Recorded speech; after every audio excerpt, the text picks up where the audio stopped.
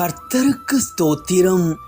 1 யோவான் 4 அதிகாரம் 7 மற்றும் 8 வசனம். அன்புள்ள எவனும் தேவனால் பிறந்து அவரை அறிந்திருக்கிறான். அன்பில்லாதவன் தேவனை அறியான். தேவன் அன்பாகவே இருக்கிறார். கிறிஸ்துவுக்குள் பிரியமானவர்களே, அன்பில்லாமல் நான் தேவனை அறிந்திருக்கிறேன் என்று சொல்வது பொய்யாகும். எனக்கு உண்டான யாவற்றையும் நான் அன்னதானம் பண்ணினாலும், என் சரீரத்தை சுட்டரிக்கப்படுவதற்கு கொடுத்தாலும், அன்பு எனக்கிராவிட்டால் எனக்கு பிரயோஜனம் ஒன்றுமில்லை என்று பவுல் சொல்லுகிறார்.